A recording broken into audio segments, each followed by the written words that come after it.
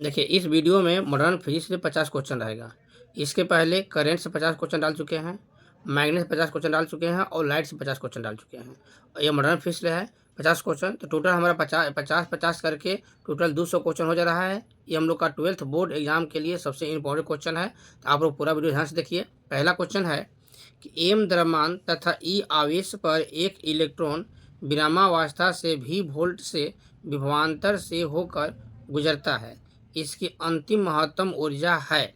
महत्तम ऊर्जा पूछ रहा है। ठीक है, पहला ऑप्शन दिया है E/v, दूसरा है MeV। Me है क्या है ना, इसका मतलब कि इलेक्ट्रॉन का द्रव्यमान है ये। EV/m कह सकते हैं, ये EV कह सकते हैं। तो महत्तम ऊर्जा जो होता है वो इलेक्ट्रॉन वोल्ट के बराबर होता है। बताए थे हम थ्योरी में कि महत्तम ऊर्जा जो होता है इलेक्ट्रॉन वोल्ट के बराबर होता है, इसलिए पहला का आंसर हम लोग का ये डी जो है ये सही है। महत्तम ऊर्जा जो है इलेक्ट्रॉन वोल्ट के बराबर होता है। अब जो क्वेश्चन नंबर 2 देखिए, दूसरा क्वेश्चन कह रहा है किसी इलेक्ट्रॉन के आवेश का मान होता है। तो इलेक्ट्रॉन का आवेश का मान होता है, हम लोग जानते हैं कि 1.6 गुना 10 की पावर -19 होता है कूलाम। एक इलेक्ट्रॉन पर आवेश इतना होता है। तो जो ऑप्शन ये होगा वो सही हो जाएगा हम लोग का। तो ऑप्शन देखिए, पहला कह रहा है 2 गुना 10 के पावर -21 नहीं होगा। दूसरा कह 1.6 गुना 10 के पावर -19 कूलाम, तो ये हम लोग का आंसर हो जाएगा बी नंबर। अब ये क्वेश्चन नंबर 3 देखिए, तीसरा कह रहा क्वेश्चन हम लोग का इलेक्ट्रॉन वोल्ट मापता है। इलेक्ट्रॉन वोल्ट का मापता है। पहला ऑप्शन है आवेश, दूसरा है विभवांतर, तीसरा है धारा और चौथा है ऊर्जा।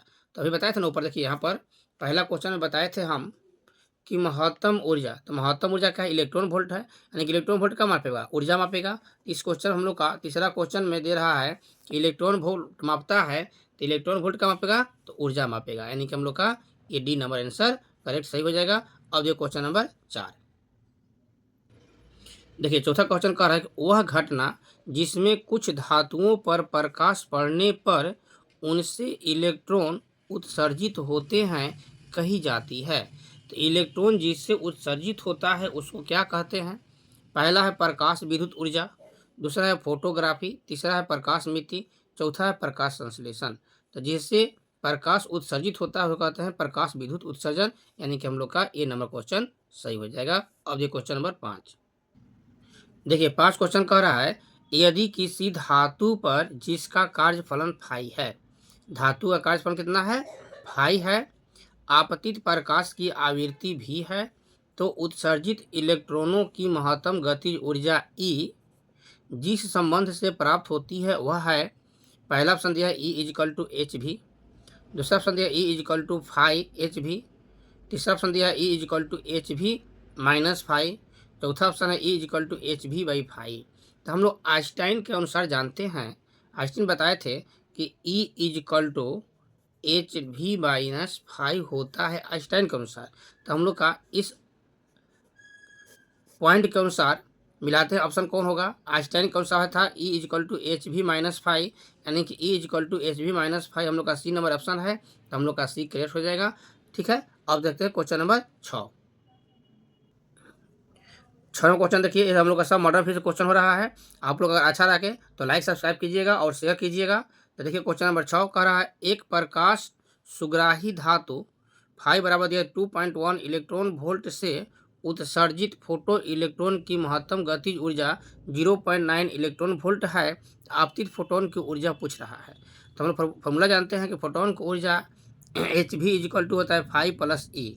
तब फाई का मान दिया हम लोग का 2.1, जहाँ फाई है वहाँ 2.1 कर लेते हैं, और ई मतलब गतिज ऊर्जा का मान दिया है 0.9, तो 0.9 कर दिए और दोनों ऐड कर देंगे तो हम लोग का हो जाएगा 3.0 इलेक्ट्रॉन वोल्ट, यानी कि हम लोग का जो ऑप्शन होगा मिला लेते हैं, ऑप्शन कौन सही है 3.0, तो हम लोग का सी नंबर ऑप्शन ये करेक्ट सही हो जाएगा। अब देखिए क्वेश्चन नंबर 7 देखिए, 7 क्वेश्चन कह रहा है कि यदि किसी धातु का कार्यफलन 2.8 इलेक्ट्रॉन वोल्ट है, कार्यफलन दिया है इलेक्ट्रॉन वोल्ट में, वही दिया है जो जूल में कन्वर्ट कर लेंगे, तो देहली आवृत्ति का मान होगा। पहला ऑप्शन दिया है 400 नैनोमीटर, दूसरा है 500 नैनोमीटर, तीसरा है 443.3 नैनोमीटर, चौथा है 334.4 नैनोमीटर। इसमें से कौन आंसर होगा।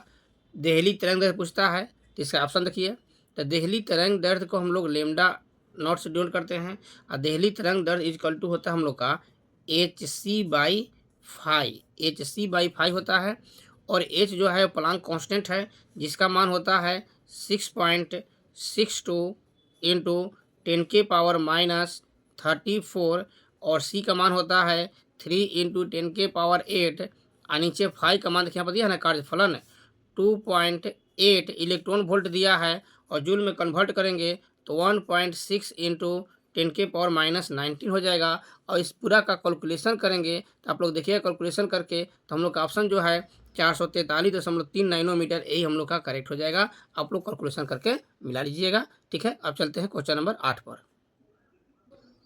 देखिए 8 क्वेश्चन का प्लांक स्थिरांक की बीमा है। प्लांक स्थिरांक का बीमा पूछता है। बीमा से 2 क्वेश्चन जरूर रहेगा, तो आप लोग बीमा और मात्रा का अच्छा से देखिएगा। यहाँ पर है प्लांक स्थिरांक का बीमा है, तो ऑप्शन हम लोग का मिला हुआ है। पहले अनुमान निकाल के देख लेते हैं कौन सही होगा। तो प्लांक नियतांक को हम लोग एच मानते हैं। अब प्लांक नियतांक इक्वल टू होता है फॉर्मूला हम लोग का कि ऊर्जा बाटा आवृत्ति, ऊर्जा बाटा आवृत्ति। और ऊर्जा का मान होता है ml² T−2, आवृत्ति को होता है T−1। तो हम लोग का आंसर हो जाएगा ml² T−1, क्योंकि नीचे से 1 जाएगा प्लस हो जाएगा, तो यहाँ पर 2 था तो माइनस होगा, -1 हो जाएगा। तो जो ये ऑप्शन होगा वो हम लोग का करेक्ट हो जाएगा। मिलाते हैं ऑप्शन, तो ये पहला ऑप्शन हम लोग का करेक्ट है, ml² T−1, ये हम लोग का प्लांक स्थिरांक का बीमा हो जाएगा। अब देखते हैं क्वेश्चन नंबर 9। क्वेश्चन नंबर 9 देखिए, यहाँ पर कह रहा है कि लेमडा तरंग दैर्ध्य वाले फोटोनों की ऊर्जा है।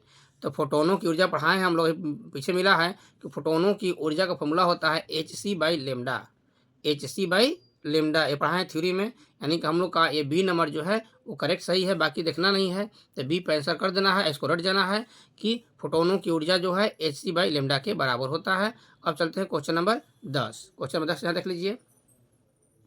देखिए 10 क्वेश्चन कर हम लोग का कि द्वैत प्रकृति न केवल प्रकाश में ही होती है बल्कि द्रव्य कोणों में भी होती है, इस सिद्धांत का प्रतिपादन किया था। क्वेश्चन फिर से देख लीजिए। द्वैत प्रकृति न केवल प्रकाश में ही होती है बल्कि द्रव्य कोणों में भी होती है, इस सिद्धांत का प्रतिपादन किसने किया था। तो हम लोग का पहला ऑप्शन है मैक्स प्लांक, दूसरा है आइंस्टीन, तीसरा है न्यूटन, चौथा है डी ब्रोगली। तो डी ब्रोगली जो थे वे द्वैत प्रकृति के बारे में बताए थे। ठीक ना, द्वैत प्रकृति में कौन बताए थे, डी ब्रोगली बताए थे। यानी कि हम लोग का 10 का ये डी नंबर करेक्ट आंसर हो जाएगा। अब चलते हैं क्वेश्चन नंबर 11। देखिए 11 क्वेश्चन कह रहा है कि इनमें कौन आवेश रहित है। इनमें कौन आवेश रहित है। पहला है अल्फा कण, दूसरा है बीटा कण, तीसरा है फोटोन कण, चौथा है प्रोटॉन। आवेश रहित कह रहा है कि आवेश रहित कौन है, 11 नंबर क्वेश्चन में कह रहा है। तो अल्फा पर कोई ना कोई हम लोग का कण होता है, चार्ज होता है, बीटा पर होता है, प्रोटॉन पर होता है, फोटोन पर नहीं होता है। यानी कि ऑप्शन हम लोग का ये सी जो है एक करेक्ट सही हो जाएगा। अब चलते हैं क्वेश्चन नंबर 12 पर। 12 क्वेश्चन ध्यान से देखिएगा, ये बहुत इंपॉर्टेंट क्वेश्चन है 12।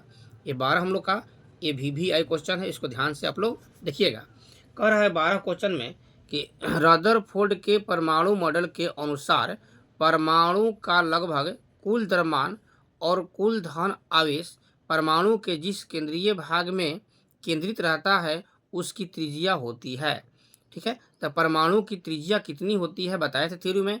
पहला ऑप्शन देखिए आप लोग, दिया है 10⁻−10, दूसरा है 10⁻−12, तीसरा है 10⁻−15 और चौथा है 10⁻15। तो परमाणु की जो त्रिज्या होती है बताए थे थ्योरी में कि 10⁻15 होता है। यानी कि 12 का हम लोग का ये सी नंबर आंसर हम लोग का करेक्ट सही है, इसको याद कर लीजिएगा, ये बहुत क्वेश्चन पूछा हुआ है। अब चलते हैं क्वेश्चन नंबर 13 पर। देखिए 13 क्वेश्चन का निम्नलिखित में किस वैज्ञानिक ने प्लांक सिद्धांत का प्रतिपादन किया था। निम्नलिखित में किस वैज्ञानिक ने प्लांक सिद्धांत का प्रतिपादन किया था। पहला ऑप्शन है रदरफोर्ड, तो रदरफोर्ड नहीं किए थे, बोर भी नहीं किए थे, डाल्टन भी नहीं किए थे। रदरफोर्ड जो थे वो परमाणु मॉडल के बारे में बताए थे, और परमाणु मॉडल में जो दोष हुआ था उसके बारे में फिर बताए थे बोर क्लियर करके। डाल्टन जो है परमाणु सिद्धांत के बारे में बताए थे, और क्वांटम सिद्धांत के बारे में बताए थे प्लांक। यानी कि हम लोग का ये डी नंबर आंसर करेक्ट हो जाएगा। अब चलते हैं क्वेश्चन नंबर 14। देखिए 14 क्वेश्चन कह रहा है कि हाइड्रोजन स्पेक्ट्रम की कौन सी श्रेणी दृश्य भाग में नहीं पड़ती है। दृश्य भाग में नहीं पड़ता है ये बताना है। तो लाइमर श्रेणी जो है दृश्य भाग में पड़ता है, बामर श्रेणी, हाँ ये बामर श्रेणी दृश्य भाग में नहीं पड़ता, ये पहचान पड़ भी करता है, ब्रैकेट पड़ता है, यानी कि बामर श्रेणी हो जाएगा हम लोग का, दृश्य भाग में पड़ता है ये। ठीक है, हाइड्रोजन स्पेक्ट्रम की कौन सी श्रेणी दृश्य भाग में पड़ता है, तो हम लोग का बामर श्रेणी हो, याद रखिएगा, ये बहुत बार पूछा हुआ है। लाइमर नहीं पड़ता है, पहचान नहीं पड़ता है, ब्रैकेट नहीं पड़ता है, बामर यानी कि हम लोग का ये बामर आप लोग रट जाइएगा, क्योंकि दृश्य भाग में जो है वो बामर श्रेणी है। ठीक है, अब चलते हैं क्वेश्चन नंबर 14 पर। सॉरी, ये हम लोग का 15 क्वेश्चन था, 15 क्वेश्चन है, 14 क्वेश्चन पहले बता चुके हैं। 15 क्वेश्चन है, हाइड्रोजन स्पेक्ट्रम की कौन सी श्रेणी पराबैंगनी भाग में पड़ती है, ये वो जरूर पूछता है, ध्यान रखिएगा। हाइड्रोजन स्पेक्ट्रम से एक क्वेश्चन जरूर पूछेगा, तो यहाँ पूछ रहा है पराबैंगनी भाग में। देखिए लाइमर श्रेणी पहला ऑप्शन है, दूसरा ऑप्शन है बामर श्रेणी, तो बामर अभी ऊपर देखेंगे दृश्य भाग में पड़ता है, पाचन श्रेणी है, फुंड श्रेणी है, तो पराबैंगनी भाग में जब कहेगा तो आप लोग याद रखिएगा कि पराबैंगनी भाग में लाइमर श्रेणी होता है, यानी कि ऑप्शन नंबर हमारा ए करेक्ट सही हो जाएगा, इसको आप लोग याद रखिएगा, पराबैंगनी भाग का है, लाइमर श्रेणी है। अब चलते हैं क्वेश्चन नंबर 16 है। देखिए 16 क्वेश्चन कह रहा है कि जेड परमाणु क्रमांक वाले परमाणु की किसी दी गई कक्षा में इलेक्ट्रॉनों की ऊर्जा समानुपाती होती है। देखिए जितना क्वेश्चन है थोड़ा तेजी में बता रहे हैं, कि आप लोग का एग्जाम बहुत नज़दीक आ गया है, आप लोग सब आंसर को रटते जाइएगा, ठीक ना। तो इलेक्ट्रॉनों की ऊर्जा समानुपाती होता है, ये थ्योरी में बता चुके हैं कि जेड स्क्वायर के समानुपाती होता है, किसका होता है, जेड स्क्वायर का होता है, इसलिए इसका ऑप्शन आप लोग याद रखिएगा कि बी नंबर हमारा सही है। कुछ क्वेश्चन में रटना पड़ेगा आप लोग को, क्योंकि समय कम है, उतना समझा नहीं पाएंगे। अब चलिए क्वेश्चन नंबर 17 देखते हैं। 17 क्वेश्चन देखिए आप, चलिए 17 क्वेश्चन देख लीजिए। कह रहा है हाइड्रोजन परमाणु के प्रथम बोर कक्षा में इलेक्ट्रॉनों की ऊर्जा -13.6 इलेक्ट्रॉन वोल्ट है, उसके दूसरी बोर कक्षा में इलेक्ट्रॉनों की ऊर्जा पूछ रहा है। तो इलेक्ट्रॉनों की ऊर्जा फॉर्मूला हम पढ़ा चुके हैं थ्योरी में कि E is equal to -13.6/n², 13.6/n² होता है। ठीक है, और दूसरी कक्षा में पूछ रहा है, देखिएगा यहाँ पर दूसरी कक्षा में पूछ रहा है, मतलब n का मान 2 कह रहा है, n का मान 2 कह रहा है, तो यहाँ कैलकुलेशन करेंगे हम तो -13.6 और n का स्क्वायर करेंगे, 2 का स्क्वायर करेंगे तो 4 हो जाएगा, और 4 से कैलकुलेशन करेंगे तो -4×3=12 और 0.4×4=16, यानी कि 3.4 इलेक्ट्रॉन वोल्ट जो होगा वो हम लोग का करेक्ट आंसर सही हो जाएगा। इसको आप लोग बनाकर देख लीजिएगा, तो हम लोग का ये पहला ऑप्शन करेक्ट सही है। अब चलते हैं क्वेश्चन नंबर 18 है। चलिए 18 कह रहा है कि एक तत्व की परमाणु संख्या Z और द्रव्यमान संख्या A है, इसके एक परमाणु में इलेक्ट्रॉनों की संख्या होगी।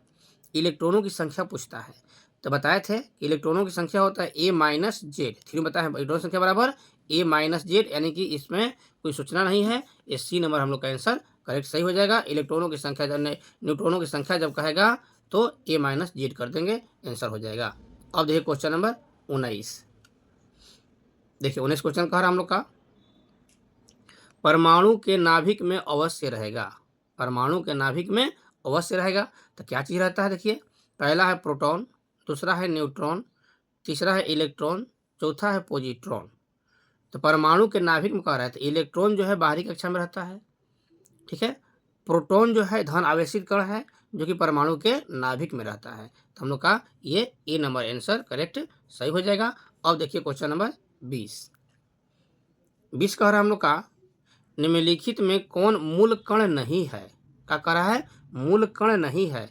तो न्यूट्रॉन मूल कण है, प्रोटॉन मूल कण है, इलेक्ट्रॉन भी मूल कण है, यानी कि अल्फा कण जो है ये मूल कण नहीं है, ये अल्फा बीटा गामा एक अलग कण है, मूल कण नहीं है ये, ठीक ना। ये रेडियो एक्टिविटी की जो क्रिया होती है उससे अल्फा बीटा और गामा मिलता है, ठीक ना। तो अब चलते हैं क्वेश्चन नंबर 21 पर। चलिए क्वेश्चन 21 कह रहा है कि निम्नलिखित में किसे विभाजित नहीं किया जा सकता है, किसे विभाजित नहीं किया जा सकता। पहला है परमाणु, दूसरा है धन आयन, तीसरा है नाभिक, चौथा है फोटोन। तो परमाणु को हम लोग भी खंडित कर सकते हैं, धन आयन को भी खंडित कर सकते हैं, नाभिक को भी खंडित कर सकते हैं, तो नहीं भी खंडित करने वाला कौन है, फोटोन। फोटोन को हम लोग विखंडित नहीं कर सकते हैं, यानी कि 21 का क्वेश्चन हम लोग का डी करेक्ट आंसर हो जाएगा। अब चलते हैं क्वेश्चन नंबर 22 कह रहा है द्रव्यमान ऊर्जा के समतुल्य है, सही संबंध है। तो द्रव्यमान और ऊर्जा के संबंध के बारे में आइंस्टाइन बताए थे, आइंस्टाइन बताए थे हमारा कि E इजिकल टू mc² होता है। E इक्वल टू mc² होता है। आइंस्टाइन बताए थे द्रव्यमान ऊर्जा समतुल्यता के संबंध में। तो हम लोग कौन आंसर हो जाएगा, देखिए आप लोग, हाँ सी नंबर सही हम लोग का हो जाएगा। mc² equal to E correct हो जाएगा। अब चलते हैं क्वेश्चन नंबर 23 पर। देखिए 23 क्वेश्चन कह रहा हम लोग का, निम्नलिखित में कौन विद्युत चुंबकीय प्रकृति की नहीं है। विद्युत चुंबकीय प्रकृति की नहीं है। पहला एक्स किरण, एक्स किरण विद्युत चुंबकीय प्रकृति है। दूसरा प्रकाश किरण, ये भी है।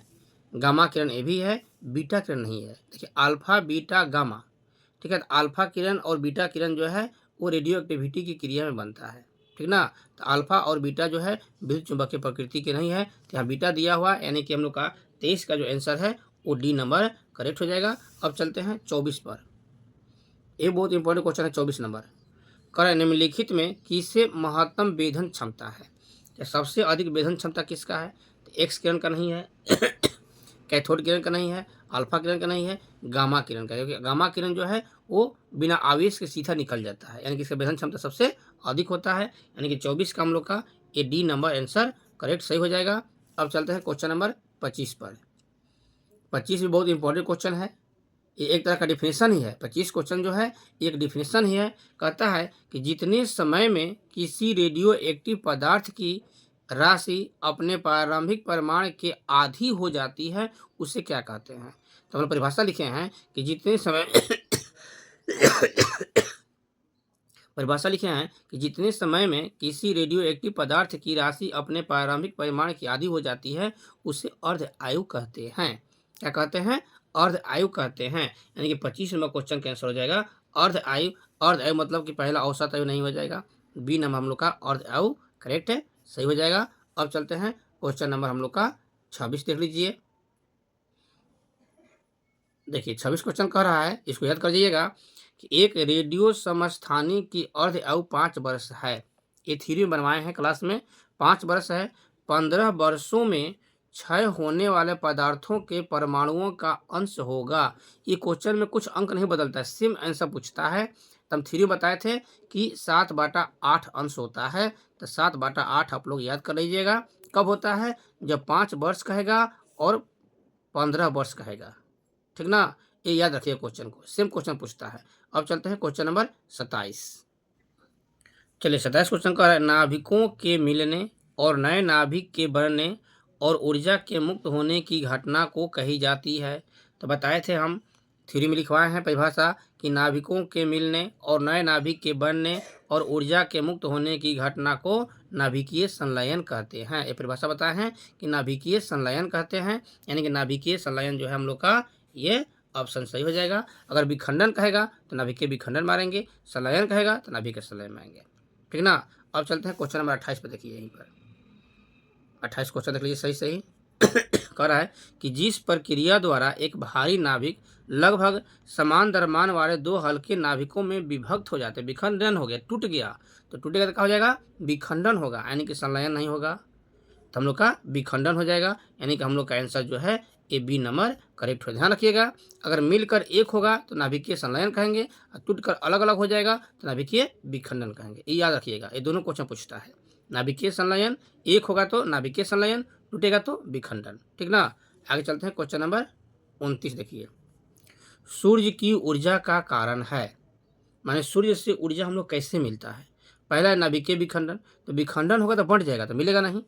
नाभिकीय संलयन से मिलता है, यानी कि हम लोग का सूर्य के ऊर्जा का कारण क्या है, नाभिकीय संलयन, यानी कि बी नंबर हम लोग का आंसर ये करेक्ट सही है। अब चलते हैं क्वेश्चन नंबर 30।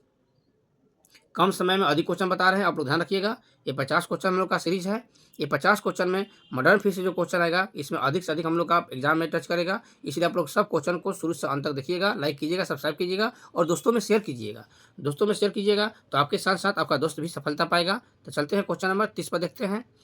अर्धचालक में विद्युत चालकता का कारण है।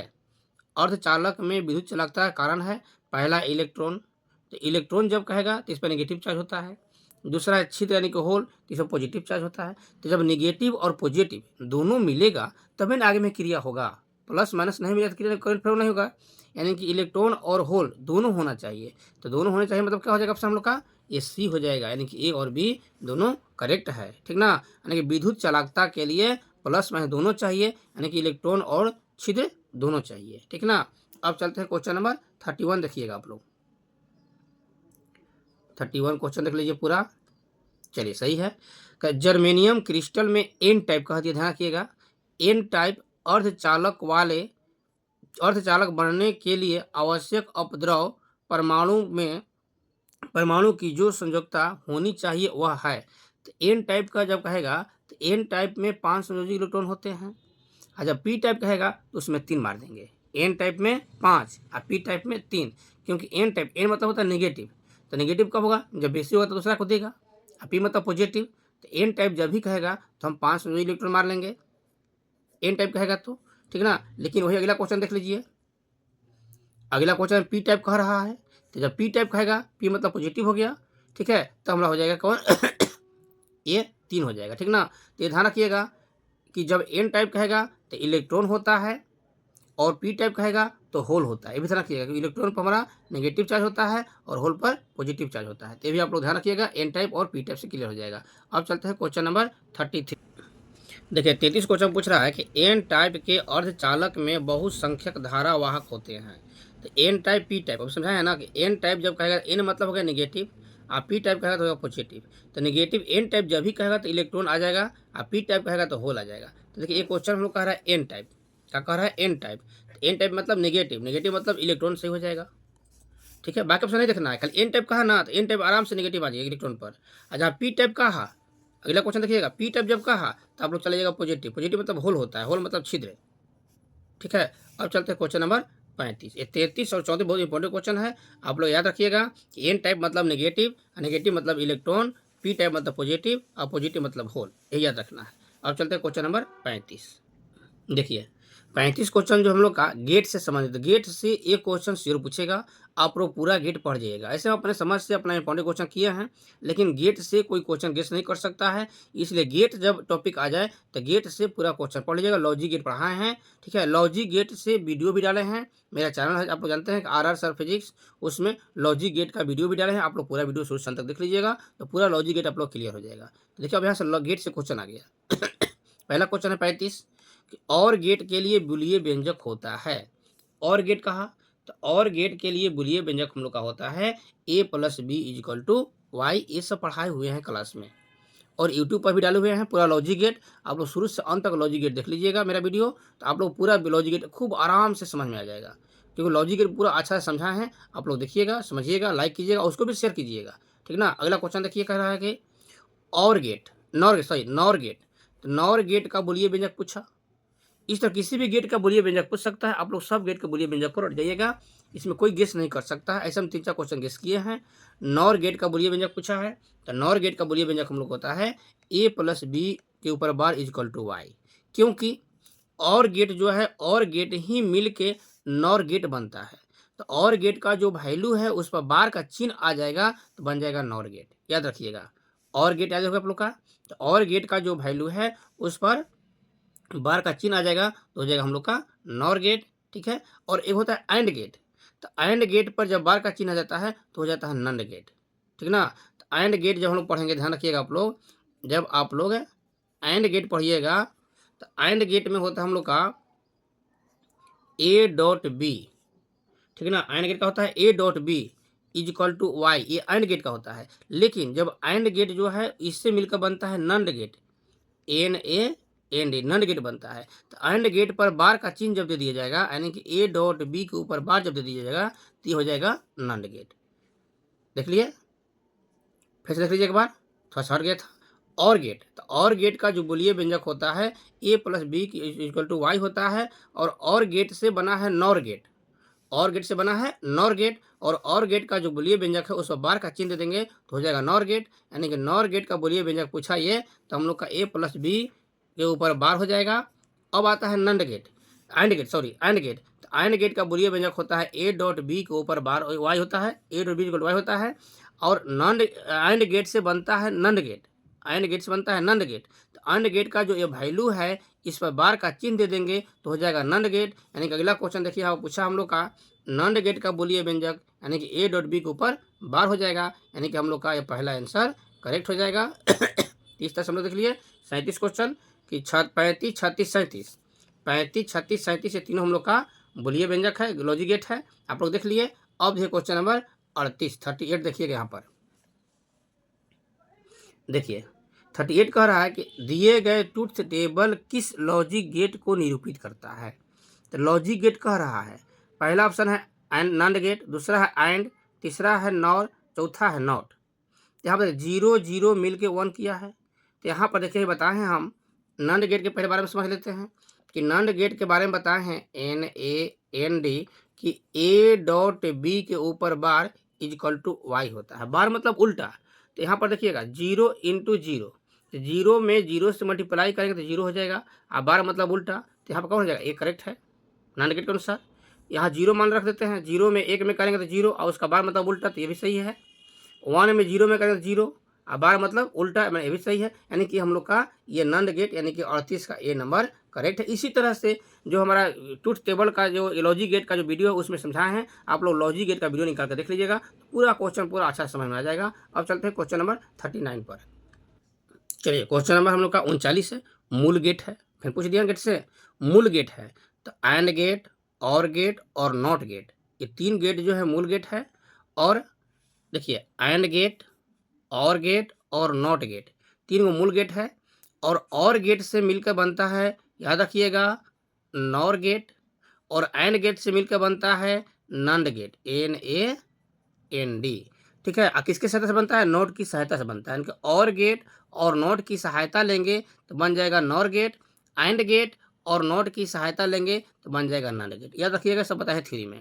अब चलते हैं क्वेश्चन नंबर 40, देखिए यहीं पर है,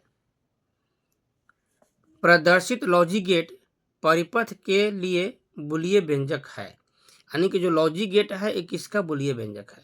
देखिए यहाँ इन्वर्ट बबल लग गया, तो जब इन्वर्ट बबल लग जाता है और फिगर देखिएगा तो हमारा नॉर गेट का है, और नॉर गेट का बुलिये व्यंजक होता है y is equal to A plus B के ऊपर बार, यानी कि ऑप्शन हम लोग का सही C है, इसको याद करिएगा। अब चलते हैं क्वेश्चन नंबर 41। हाँ देखिए अब यहाँ मिल गया हमारा द्विधारी संख्या से संबंधित। तो द्विधारी संख्या से संबंधित भी क्वेश्चन आप लोग याद रखिएगा। द्विधारी संख्या से संबंधित हम वीडियो डाले हैं, वो भी देखिएगा।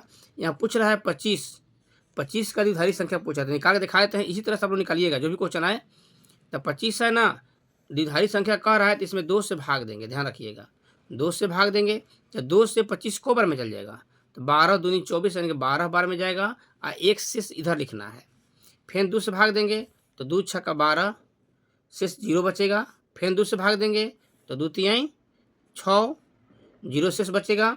फिर 2 से भाग देंगे तो 2 गया 1 बार में, 1 बचेगा, और नीचे से ऊपर क्यों लिखा जाता है, यानी कि 1 1 0 0 1, जो भी ऑप्शन होगा वो हमारा करेक्ट हो जाएगा। तो ऑप्शन मिला लो कौन है सही हम लोग का।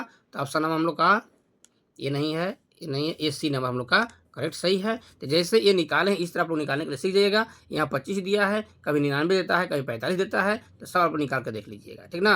अब चलते हैं क्वेश्चन नंबर 42 पे चलते हैं। ये सब क्वेश्चन सब इंपॉर्टेंट है, आप लोग पूरा क्वेश्चन को देखते चलिएगा, ठीक ना, और लाइक सब्सक्राइब करते चलिएगा कि हमारा जो मेहनत है उसको साथ सफलता मिल जाए। यदि द्रव्यमान M का कोई कण भी चाल से गतिमान हो तो उससे संबंध तरंग दैर्ध्य होता है। तो तरंग दैर्ध्य लेमडा का मान होता है H/m_v, यानी कि हम लोग का इसमें C नंबर आंसर करेक्ट है, इसको आप लोग रट जाइएगा। अब चलते हैं क्वेश्चन नंबर 43 पर, क्योंकि कम समय में अधिक क्वेश्चन देखना है, एग्जाम नज़दीक आ गया है। आप लोग पूरा वीडियो देखिएगा, लाइक कीजिएगा, सब्सक्राइब कीजिएगा, और अधिक से अधिक नाम उठाइएगा। चलिए क्वेश्चन नंबर 43 कह रहा है, परमाणु की कक्षा में इलेक्ट्रॉन निम्नलिखित में किस बल के कारण रहते हैं। तो इलेक्ट्रॉन किस बल के कारण रहते हैं, इसके बारे में बताए थे कूलाम। कौन बताए थे, कूलाम, यानी कि नाभिकीय बल नहीं होगा, गुरुत्वीय बल नहीं होगा, यानी कूलाम बल होगा, ठीक ना। अब चलते हैं क्वेश्चन नंबर 44 पर, 44। देखिए 24 क्वेश्चन कह रहा है कि हाइड्रोजन स्पेक्ट्रम की कौन सी श्रेणी अवरक्त भाग में नहीं है, अवरक्त भाग में नहीं है।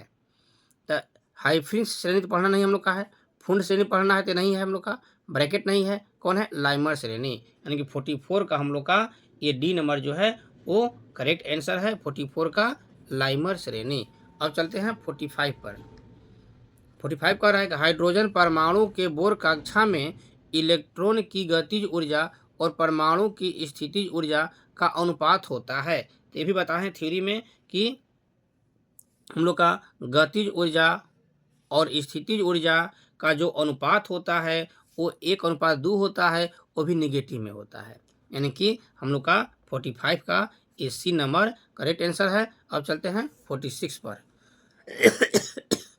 देखिए 46, किसी परमाणु का नाभिक बना होता है। किसी परमाणु का नाभिक किससे मिलकर बना होता है? पहला है प्रोटॉन से नहीं होगा, प्रोटॉन और इलेक्ट्रॉन से नहीं, इलेक्ट्रॉन बाहरी कक्षा में होता है। अल्फा कण से नहीं होगा, प्रोटॉन और न्यूट्रॉन से होता है। लेकिन ध्यान रखिएगा कि जो प्रोटॉन है तो प्रोटॉन पर धन आवेशित कण होता है और न्यूट्रॉन पर कोई कण नहीं होता है, लेकिन प्रोटॉन और न्यूट्रॉन मिलकर नाभिक का निर्माण करते हैं। ठीक ना। अब चलते हैं क्वेश्चन नंबर 47। चलिए 47 देखिए, कह रहा है निम्नलिखित में कौन आवेश रहित कण है? निम्नलिखित में कौन आवेश रहित कण है, ये देखना हम लोग का है। ठीक ना। निम्नलिखित में पहला है ऑप्शन अल्फा कण, दूसरा हम लोग का है बीटा कण, तीसरा है प्रोटॉन और चौथा है फोटॉन। तो आवेश रहित कण पूछ रहा है हम लोग का 47 में। तो देखो अल्फा कण पर कोई ना कोई आवेश होता है, बीटा पर होता है, प्रोटॉन पर होता है। प्रोटॉन पॉजिटिव हम लोग जानते करते हैं। फोटॉन जो है वो आवेश रहित कण है, यानी कि 47 का हम लोग का ये डी नंबर ऑप्शन सही है। अब चलते हैं 48। आप लोग कम समय में 50 क्वेश्चन बता रहे हैं, आप लोग पूरा क्वेश्चन देख लीजिएगा तो आप लोग का कम समय में अधिक नंबर मिलेगा हम लोग का। देखिए निम्नलिखित में कौन विद्युत चुंबकीय तरंग वाले गुण का है? विद्युत चुंबकीय तरंग कह रहा है 48 में। पहला है अल्फा कण, दूसरा है बीटा कण, तीसरा है गामा कण और यह इनमें से कोई नहीं। तो ध्यान रखिएगा कि अल्फा बीटा, तो अल्फा किरण और बीटा किरण जो है ये हम लोग का रेडियो एक्टिविटी क्रिया में मिलता है, और गामा किरण हमारा क्या है, ये कैंसर के इलाज के लिए ये सब होता है। यानी कि विद्युत चुंबकीय तरंग जो है ये गामा किरण इसमें आ जाएगा, यानी कि हम लोग का आंसर सी करेक्ट हो जाएगा 48 का, जो कैंसर के इलाज में भी इस समय इसका हम लोग का उपयोग करते हैं। ठीक है। अब चलते हैं 49। देखिए 49 क्वेश्चन है, अल्फा कण है। क्या है? अल्फा कण है। पहला ऑप्शन है इलेक्ट्रॉन, दूसरा है विद्युत चुंबकीय विकिरण, तीसरा है हीलियम नाभिक, चौथा हाइड्रोजन नाभिक। तो अल्फा कण बताए हैं कि अल्फा कण क्या है? हीलियम नाभिक है। हीलियम के नाभिक से अल्फा कण का निर्माण होता है, यानी कि 49 का हम लोग का ये सी नंबर आंसर करेक्ट सही है। अब चलते हैं अंतिम क्वेश्चन नंबर 50 लेकर। तो आप लोग सब क्वेश्चन को शुरू से अंत तक देखिएगा, लाइक कीजिए, सब्सक्राइब कीजिएगा। और एक कम समय में 50 क्वेश्चन बताए हैं। इसके पहले ये करेंट से 50 क्वेश्चन बताए, सबसे पहला वीडियो मेरा है। उसके बाद मैग्नेट से 50 क्वेश्चन बताए हैं, फिर लाइट से 50 क्वेश्चन बताए हैं, फिर मॉडर्न फिर 50 क्वेश्चन बता रहे हैं। आप लोग पूरा क्वेश्चन को शुरू से अंत तक देखिएगा, लाइक कीजिए, सब्सक्राइब कीजिएगा, दोस्तों में शेयर कीजिएगा। ठीक है। अब चलते हैं क्वेश्चन 50 कह रहा है कि जैसे जैसे द्रव्यमान संख्या बढ़ती है उसी के साथ साथ निम्न में से नाभिक से संबंधित किस राशि का परिवर्तन नहीं होता है? तो देखिए ध्यान रखिएगा, द्रव्यमान का परिवर्तन होता है, आयतन का परिवर्तन होता है, बंधन ऊर्जा का परिवर्तन होता है, ऊर्जा है परिवर्तन होता है, घनत्व का परिवर्तन नहीं होता है। यानी कि 50 का हम लोग का आंसर सी करेक्ट सही हो जाएगा। तो इस तरह से हम लोग 50 क्वेश्चन देख लिए। ठीक ना। फिर अगला वीडियो लेकर आएंगे जो हम लोग का एग्जाम के एक दिन पहले डालेंगे, वो बहुत इंपॉर्टेंट वीडियो रहेगा। तो आप लोग मेरा चैनल को सब्सक्राइब कीजिए कि आपका चैनल पर सबसे पहले वीडियो जाएगा, वो डालेंगे। एक तरह का हम गेस्ट क्वेश्चन डालेंगे, जो वही क्वेश्चन अगला दिन आप लोग एग्जाम में आएगा। तो आप लोग मेरा पूरा वीडियो देखिएगा। वो क्वेश्चन रहेगा शॉर्ट वीडियो में, ध्यान रखिएगा, वो क्वेश्चन शॉर्ट वीडियो में रहेगा। उसमें हम डालेंगे लगभग जितना इंपॉर्टेंट क्वेश्चन वही डालेंगे, उसी में से क्वेश्चन आएगा तो एक दिन पहले डालेंगे, उसको जगह आप लोग रट जाइएगा। ठीक है। धन्यवाद। तब चलते हैं एग्जाम के पहले दिन वाला वीडियो में, तब तक के लिए धन्यवाद। ठीक है।